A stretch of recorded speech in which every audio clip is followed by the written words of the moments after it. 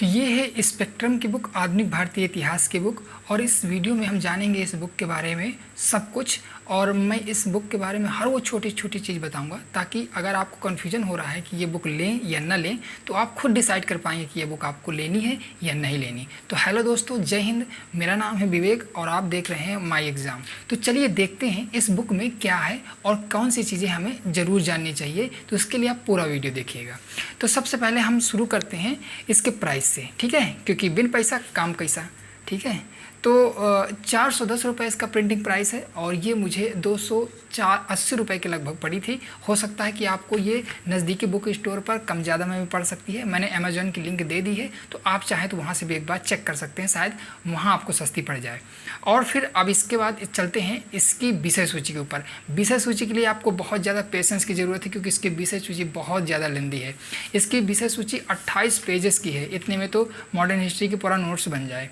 खैर, तो 28 पेजेस की है। फ़िलहाल मैं ये पूरा पढ़ के नहीं बताने वाला हूँ, लेकिन अगर आप चाहें तो वीडियो को पॉज करके पढ़ सकते हैं। मैं एक एक पेज जो है आसानी से दिखाऊंगा आपको, ये ठीक है। मैं बताता जाऊंगा कि इसमें कौन कौन से चैप्टर हैं। भारत में यूरोपियों का आगमन है, ब्रिटिश विजय के समय भारत की स्थिति है, और 5वां चैप्टर है ब्रिटिश शक्ति का विस्तार।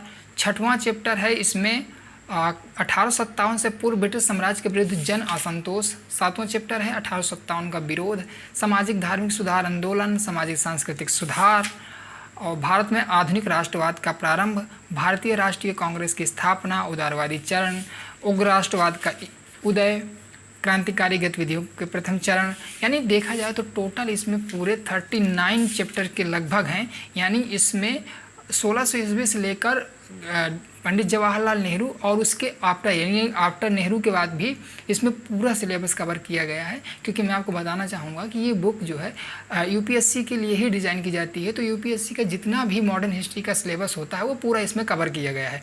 तो इसमें कोई दो राय नहीं है कि अगर आप इस बुक को ये लेकर के सोच रहे हैं कि इसके अलावा मुझे कुछ पढ़ना पड़ेगा कि नहीं पढ़ना पड़ेगा, तो मॉडर्न हिस्ट्री में सिलेबस में जितना है उतना इसमें कवर किया गया है। अगर आप NCERT एडिशनल पढ़ना चाहते हैं तो आप पढ़ सकते हैं, उसमें कोई बात नहीं। तो रही बात सिलेबस और कंटेंट में, इसमें कोई कमी नहीं है, पूरा सिलेबस कवर किया गया है मॉडर्न हिस्ट्री का। अगर मॉडर्न हिस्ट्री के लिए आप ये बुक ले रहे हैं तो ये सफिशेंट है, इसके बाहर कुछ चीज़ें नहीं पढ़नी पड़ेगी। हाँ, वनडे एग्जाम के लिए मैं आपको लास्ट में बताऊंगा कि वनडे एग्जाम वालों के लिए ये बुक लेनी चाहिए कि नहीं लेनी चाहिए। फिलहाल ये सिविल एग्जाम के लिए बिल्कुल परफेक्ट बुक है और कोई भी व्यक्ति आँख मूंद कर ले सकता है। इसके क्या खामियां हैं वो भी मैं भी बताऊंगा। वैसे किसी बुक में खामियां तो नहीं कही जा सकती हैं, लेकिन फिर भी हर बुक की एक न एक खूबी होती है और कुछ उसमें कमियां रह जाती है, वो भी मैं आपको बता दूंगा कि कहीं वो कमियां आपके लिए बहुत बड़ी तो नहीं है, ताकि आगे चल के प्रॉब्लम क्रिएट करें। तो ये जो चीज़ें हो गई सिलेबस के बारे में, विषय सूची के बारे में। विषय सूची के बारे में मैंने पूरा बता दिया है। विषय सूची आप चाहें तो पॉज करके पढ़ सकते हैं। अब विषय सूची बहुत बड़ी है, नहीं तो मैं इसके स्क्रीनशॉट भी लगा देता। मैं बता चुका हूँ कि ये 28 पेजेस की पूरी बुक है और मैंने ये इस बुक को पूरा पढ़ा है, इसलिए मैं इस बुक का रिव्यू अच्छे से कर सकता हूँ और चीज़ें बता सकता हूँ कि इसमें कौन कौन सी चीज़ें जो आपको ध्यान देनी चाहिए। तो ये तो हो गया विषय सूची और सिलेबस के बारे में। अब रही बात इसकी भाषा कि इसकी भाषा कैसी, इसका एक्सप्लेनेशन कैसा है, चीज़ों को प्रेजेंट करने का तरीका कैसा है। तो पहले तो मैं बता दूं कि ये बुक पूरी नोट्स फॉर्मेट में है, यानी आपको पढ़ने में बहुत ज़्यादा सहूलियत मिलने वाली है अगर आप नोट्स की तरीके से चीज़ें पढ़ना पसंद करते हैं तो। इसके एक्सप्लेनेशन जो है, जो चीज़ों को, इसमें भाषा जो है बहुत ज़्यादा साहित्यिक नहीं है, नॉर्मल बोलचाल की भाषा है, साधारण हिंदी है जिसको आप आसानी से समझ सकते हैं, चीज़ें आपको आसानी से समझ पाएंगे, रिलेट कर पाएंगे। तो ये एक बहुत अच्छी चीज़ होती है किसी बुक की, अगर वो बुक आपको पढ़ने में सहज महसूस हो रही है। तो मुझे इसकी भाषा में कोई दिक्कत नहीं है, ये आसानी से चीज़ें समझ में आ जाती हैं। और इसका जो फॉर्मेट है, जो नोट्स फॉर्मेट में है, यानी स्टोरी की तरह नहीं है कि आपको एक तरफ से पढ़ना कुछ समझ में नहीं आएगा। इसमें एक जैसा प्रॉपर नोट्स होते हैं बाय हेडिंग, उसके सब हेडिंग्स और जो पॉइंट होते हैं, बुलेट पॉइंट, फैक्ट्स वगैरह सब प्रॉपर तरीके से अरेंज किया गया है। तो उसमें भी मुझे कोई बहुत बड़ी प्रॉब्लम नहीं आई। इनफैक्ट वो बहुत अच्छी चीज़ है कि अगर आपको नोट्स फॉर्मेट में कोई बुक मिल रही है। वो बात अलग है कि आपको नोट्स फॉर्मेट में पढ़ना पसंद नहीं है, आप स्टोरी की तरह पढ़ना पसंद करते हैं और आप खुद से नोट्स बनाना पसंद करते हैं, तो फिर ये बुक आपके लिए नहीं है अगर आपको खुद से नोट्स बनाने का शौक है तो। अब आगे देखते हैं कि इसमें क्या खास है। इसमें खास है कि जब कोई भी चैप्टर आप पढ़ते हैं तो उस चैप्टर से रिलेटेड जो भी इंपॉर्टेंट फैक्ट होते हैं, जो भी इंपॉर्टेंट डेट्स होती हैं, जो भी इंपॉर्टेंट क्वार्ट्स होते हैं, या जो और भी इंपॉर्टेंट चीज़ें होती हैं, वो हर चैप्टर के लास्ट में दिया गया है। ये चीज़ें मुझे बहुत पसंद आई और बहुत अच्छी भी हैं चीज़ें। ये पूरा चैप्टर पढ़ने के बाद आपको जब लास्ट में कंसाइज समरी दी होती है तो चीज़ों को रिवाइज करने में आसानी होती है, और ये मेरा यकीन मानिए कि आपको ये बहुत अच्छा एक्सपीरियंस देने वाला है अगर आप ये बुक लेते हैं तो। एक बात मैं आपको बता दूं कि मैं किसी भी बुक का एडवर्टाइजमेंट नहीं कर रहा हूँ फिर, लेकिन इसमें मेरे अपने खुद के ओपिनियन है, क्योंकि एक बुक मैंने पढ़ी है, सो मैं अपने एक्सपीरियंस पे बता रहा हूँ। हो सकता है कि ये बुक आपको ना पसंद आए, या जो भी आपके रिलेटिव हैं या जो जान पहचान के उनको ये बुक अच्छी ना लगती हो। तो ये अपना अपना तरीका होता है, हर व्यक्ति का पढ़ने का समझने का तरीका नज़रिया अलग अलग होता है। तो हो सकता है, मैं इत्तेफाक रखता हूँ इस बात से कि आपकी जो पसंद है वो अलग हो सकती है, फिर भी इसमें मैं अपने ओपिनियन जो है इंक्लूड कर रहा हूँ। तो ये तो हो गई बात इसके फैक्ट्स की। तो फैक्ट्स के इसमें कोई कमी नहीं है, फैक्ट्स भर भर के दिए गए हैं और चीज़ों को सही तरीके से अरेंज किया गया है। और जो रही बात क्वाट्स की, जो मैंने बात कही, तो जो इंपॉर्टेंट क्वाट्स होते हैं, जैसे मान लीजिए किसी राइटर का जो इंपॉर्टेंट उस समय के राइटर हैं या जो क्रांतिकारी हैं, जो प्रमुख लीडर हैं, उनके जो कहे हुए कथन हैं उनको एक लास्ट में अरेंज किया गया है। तो आपको कहीं जाने की ज़रूरत नहीं। देखिए प्रमुख विचार तो वो भी आप पढ़ लेते हैं, क्योंकि एग्जाम में कभी कभी वो चीज़ें आ जाती हैं, ताकि पूछ लेता है कि ये विचार किसका है। तो वो भी चीज़ें चैप्टर के लास्ट में अरेंज की गई हैं। हर चैप्टर से इंपॉर्टेंट डेट्स देखिए दी गई हैं, एक लाइन से अरेंज की गई हैं, ताकि वो भी आप रिवाइज कर सकें। कंसाइज में दी गई हैं, चैप्टर में तो ये चीज़ें है ही हैं, लेकिन बाद में भी ये चीज़ें दी गई हैं। तो ये भी चीज़ें मुझे काफ़ी अच्छी लगी, काफ़ी पसंद आई, और जो लास्ट में और इम्पॉर्टेंट फैक्ट्स हैं वो भी दिए गए हैं। अगला चैप्टर देखते हैं, ब्रिटिश साम्राज्य के समय भारत की स्थिति। तो इसमें भी आप देख सकते हैं भाषा अच्छी है, पर चैप्टर तो सभी वही पहले स्टार्टिंग में ही बता चुका हूँ, तो इसमें और कोई मुझे समझ में नहीं आई। जहाँ भी ज़रूरत है आपको टेबल फॉर्मेट में भी चीज़ें दी गई हैं, जिसमें जिन चीज़ों में जिन फैक्ट्स में टेबल बनाने की ज़रूरत है तो उनमें टेबल को भी दिया गया है। तो वो भी चीज़ें आपको बहुत आसान बनाएंगी उन चीज़ों को, और बहुत अच्छा एक्सपीरियंस है पढ़ने का मेरा रहा, और मुझे चीज़ें बहुत अच्छे समझ में आई इसमें। और आपको एक ओवरऑल काफ़ी अच्छी जानकारी मिल जाती है आधुनिक भारतीय इतिहास की। और वैसे भी अगर आप सिविल एग्ज़ाम की तैयारी कर रहे हैं तो ये आपको ये बुक मेरे हिसाब से बहुत हेल्प करेगी, और ज़्यादातर लोगों के बीच में ये पॉपुलर बुक है, काफ़ी ज़्यादा रिकमेंड की जाती है। और आप किसी से पूछेंगे तो दो बुक के नाम बताएगा, एक स्पेक्ट्रम और दूसरी बिपिन चंद्रा। बिपिन चंद्रा का भी रिव्यू मैंने डाल रखा है। बिपिन चंद्रा इससे थोड़ा बुक हट के है, वो स्टोरी की तरह है, उसमें ये सब चीज़ें नहीं हैं, उनके बारे में मैंने अच्छे से बता रखा है। तो चाहे तो आप उसको ले सकते हैं। उसमें आपको 2 बुक लेनी पड़ेंगी, एक बिपिन चंद्रा की जो कि स्वतंत्रता तक है, और उसके बाद की जो आफ्टर गांधी वाली बुक है वो भी आपको लेनी पड़ेगी। रामचंद्र गुहा की आती है, या बिपिन चंद्रा की भी एक आती है। तो वो सब बुकें आपके नहीं, उसमें 2 बुकें आपको पढ़नी पड़ेंगी। लेकिन इसमें ऐसा नहीं है, ये बुक काफ़ी लंबी है, काफ़ी मोटी है, यानी 850 पेजेस की बुक है, लेकिन इसमें पूरा सिलेबस कवर कर दिया गया है। यानी आगे और कोई बुक लेने की ज़रूरत नहीं है। आप अगर आप इसको पूरा पढ़ लेते हो तो ये 1600 ईस्वी से लेकर 2004 तक का भी इसमें काफ़ी सारे टॉपिक दिए गए हैं। तो आप समझ सकते हैं कि इसमें कितना बड़ा सिलेबस कवर किया गया है। मतलब उस कोशिश की गई इस बुक में कि आपको इसके पढ़ने के बाद मॉडर्न हिस्ट्री से कहीं और से कोई चीज़ ना पढ़नी पड़े। ये तो रहे इसके बारे में मेरे ओपिनियन। और रही बात, एक चीज़ कमी है, जो एक्सरसाइज इसमें नहीं है, किसी भी चैप्टर के लास्ट में एक्सरसाइज नहीं है, लेकिन वो उतने ज़्यादा मायने नहीं रखते हैं। आप चाहें तो एक्सरसाइज के लिए कोई और बुक ले सकते हैं, क्योंकि इसमें लास्ट में जो फैक्ट और वो सब दिया गया है, तो इस वजह से हो सकता है कि इसमें लास्ट में एक्सरसाइज नहीं दिए गए हैं। तो हो सकता है आपको वो कमी थोड़ा सा खले कि यार अगर लास्ट में एक्सरसाइज दिए गए होते, प्रीवियस ईयर के क्वेश्चन पेपर दिए गए होते, तो शायद वो कमी भी हमारी पूरी हो जाती। लेकिन उससे क्या है कि बुक और लंबी हो जाती और मोटी हो जाती। और जिस हिसाब से बुक है काफ़ी कॉम्पैक्ट साइज़ में है, लेकिन आप इसके कॉम्पैक्ट साइज़ में मत जाइए, क्योंकि इसमें गागर में सागर जैसा काम है। कॉम्पैक्ट साइज़ है, छोटी है, तो ये मत सोचिएगा कि ये सिर्फ देखने में छोटी है। बुक जितनी मोटी है उतना ही इसमें कंटेंट भी है। तो ये तो रहा मेरा इस बुक के बारे में, जो सिलेबस है और जो कंटेंट है।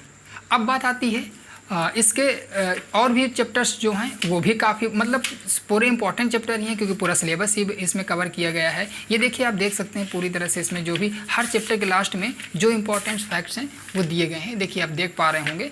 मैं कोशिश करूँगा कि मैं कुछ आपको इसके जो स्क्रीनशॉट हैं वो आपको मैं स्क्रीन पर लगा दूँ ताकि आप देख पाएँ। इसमें वैसे तो काफ़ी अच्छी बुक है और सब चीज़ें कवर की गई हैं, लेकिन जो मेन चीज़ें मैं आपको बताना चाहूँगा। देखिए, प्रमुख विचार है जो कंपनी के पदाधिकारी भारतीय बुनकरों को जिस दूरता से बरतते हैं ये सोच से भी परे है। तो ये विलियम बोर्ड्स का एक कथन था, तो इस तरह से इसमें प्रेजेंट किया गया है। तो ये चीज़ें आपको पढ़ने में, ये कहीं ना कहीं अगर नोट्स फॉर्मेट में आप चीज़ें पढ़ते हैं तो एग्जाम में रिकॉल करने में आसानी होती है, क्योंकि आप उन्हीं चीज़ों को बार बार पढ़ते हैं। अब अगर आप कोई स्टोरी पढ़ रहे हैं, उससे आप खुद के नोट्स बना रहे हैं, तो वो फिर नोट्स आपको पढ़ने पड़ेंगे। तो वो एक आपकी चॉइस है कि आप क्या करना चाहते हैं, अलग से नोट्स बनाना चाहते हैं। अगर आप खुद से नोट्स बनाना चाहते हैं तो फिर आप बिपिन चंद्रा के साथ जाइए।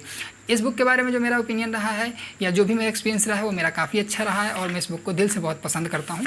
इसलिए मैं इस बुक का रिव्यू सच में पूरे दिल से दे रहा हूँ और मैं हर वो जानकारी देने की कोशिश कर रहा हूँ जो आपके लिए यूज़फुल है। अब देखिए इसमें जैसे टेबल दी गई है, जो भी पार्टियाँ रहीं आफ्टर इंडिपेंडेंस, तो वो भी पार्टियाँ रहीं तो उनके बारे में इसको टेबल के फॉर्मेट में दिया गया है। ये सब चीज़ें आपको बिपिन चंद्रा में देखने को नहीं मिलेंगी। जहाँ तक मेरी बात है, उसको बुक को पढ़ने के बाद उसमें मुझे बहुत सारा डिसअपॉइंट मिला, क्योंकि वो जो मैं चाह रहा था उस बुक से वो चीज़ें नहीं मिली। मैं उस बुक की बुराई नहीं कर रहा हूँ, उसको भी पसंद करने वाले बहुत सारे लोग हैं और पसंद करते हैं, पढ़ते भी हैं, और बहुत सारे लोग कहते उसको भी रिकमेंड करते हैं। तो ये अपनी अपनी चॉइस की बात है, आप चाहें तो उसको भी ले सकते हैं, आप चाहें तो इसको ले सकते हैं। ये तो हो गई बुक के सिलेबस और कंटेंट के बारे में। अब बात करते हैं इसके एरर के बारे में कि इसमें समस्या कहाँ है, इसमें खामियाँ कहाँ हैं। तो जब सबसे पहले इसकी जो खामी मुझे नज़र आई तो थोड़ा सा कहीं ना कहीं एरर है। अब ये नहीं समझ में आता था कि वो बाई मिस्टेक हो गई हैं या जानबूझकर की गई हैं। फॉर एग्जांपल जैसे मैं आपको चीज़ें दिखाता हूँ, जैसे सभी को मालूम कि प्रथम कर्नाटक युद्ध जो हुआ था वो 1746 से लेकर 1748 तक चला, लेकिन इसमें क्या दिया गया है, प्रथम कर्नाटक युद्ध 1740 से लेकर 1748 दिया गया है। चलिए कि हम इसमें अगर ये मान लेते हैं कि 1740 से फ्रांस और ब्रिटेन के बीच ऑस्ट्रिया का युद्ध स्टार्ट हुआ था, तो हो सकता है कि उस आधार पर 1740 से लेकर 1748 डेट दी गई है। तो दूसरा जो कर्नाटक युद्ध है वो 1749 से स्टार्ट हुआ था, 1754 तक हुआ था, लेकिन इसमें वही डेट्स दी गई है 1751 से लेकर 1755 तक। अब अगर हम ये मान लेते हैं कि 1755 इसलिए दिया गया है क्योंकि पोंडिचेरी की संधि जो 1755 में ही हुई थी जनवरी माह में, तो तभी से ये युद्ध समाप्त माना जाता है, इसलिए 1755 दिया गया है। तो फिर 1751 से क्यों दिया गया है, इसको 1749 से क्यों नहीं दिया गया है। और फिर तीसरे विश्व युद्ध में कर्नाटक युद्ध में भी यही बात लिखी हुई है, क्योंकि उसमें 1758 से 1763 दिया हुआ है, कि हम सभी को मालूम है कि 1756 से लेकर 1763 तक हुआ था, जो सप्तवर्षीय युद्ध था, बहुत फेमस युद्ध था। तो इसमें यह मिस प्रिंट 3-3 बार होना, एक इतनी पॉपुलर बुक में जो इतनी ज़्यादा क्या कहते रिकमेंड की जाती है, इतनी ज़्यादा पॉपुलर बुक है और लोग इसको बहुत ज़्यादा एडमायर भी करते हैं, और इस बुक में अगर ऐसी छोटी छोटी कमियाँ हों तो मुझे नहीं लगता कि इस पर उन्हें ध्यान देना चाहिए इस बुक के प्रिंटिंग में। और जैसे कि अब वो तो चीज़ें ठीक हो गई, वो तो बीच में रहा, चैप्टर में वो चीज़ें रहीं। जब लास्ट में ये कंक्लूजन देते हैं, कंसाइज जब इसमें नोट्स देते हैं, लास्ट में ये बुलेट पॉइंट देते हैं, इसमें भी वही गलती करते हैं। अब देखिए इसमें 1740 से शुरू हुआ, चलो मान लेते हैं, इसमें सेकंड दूसरा जो है वो 1749 से 1754 दिए है यहाँ, जबकि पिछले कितना देखा था हमने, 1751 से देखा था और 1755 तक देखा था। इसमें 1749 से 1754 दिया है, यानी यहाँ बिल्कुल सही दिया हुआ है। तीसरा कर्नाटक युद्ध है 1758 से 1763, यहाँ भी दिया हुआ है, वहाँ जबकि वहाँ भी इतना ही दिया हुआ था, जबकि हम मानते हैं कि 1756 से लेकर 1763 तक का सप्तवर्षीय युद्ध था।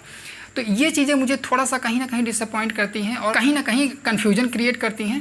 और अगर आपने कोई और बुक नहीं पढ़ रखी है तो ये चीज़ें आपको पता नहीं होगी और आप इसी को सही मानकर पढ़ लेंगे। तो ये चीज़ें क्यों नहीं, इन चीज़ों पर क्यों सुधार नहीं किया गया। और कई जगह मुझे ये फैक्ट्स जो हैं गलत समझ में आए, तो इन चीज़ों पर थोड़ा सा ध्यान देने की ज़रूरत है। बाकी ओवरऑल और कहीं किसी तरह की कोई भी दिक्कत मुझे समझ में नहीं आई है। तो इस बुक के बारे में जो भी मेरा ओपिनियन था, आप भी अपना ओपिनियन बता सकते हैं, आप कमेंट में मुझे बता सकते हैं, भर भर के कमेंट करिएगा। मैं कोशिश करूंगा कि जितने भी आपके डाउट्स हैं वो क्लियर करने की कोशिश कर सकूं। और भी बुक के रिव्यू आप चाहिए तो वो भी आप मुझे कमेंट करिएगा, मैं और भी बुक्स के रिव्यू लाने की कोशिश करूँगा। जो भी आपकी बुक बताई हुई होगी उसका रिव्यू आपको देने की पूरी कोशिश करूँगा। और आप इस बुक के रिगार्डिंग मुझे कमेंट ज़रूर करिएगा और मेरे लिए जो भी आपके सुझाव हों वो भी आप मुझे कमेंट ज़रूर करिएगा। धन्यवाद।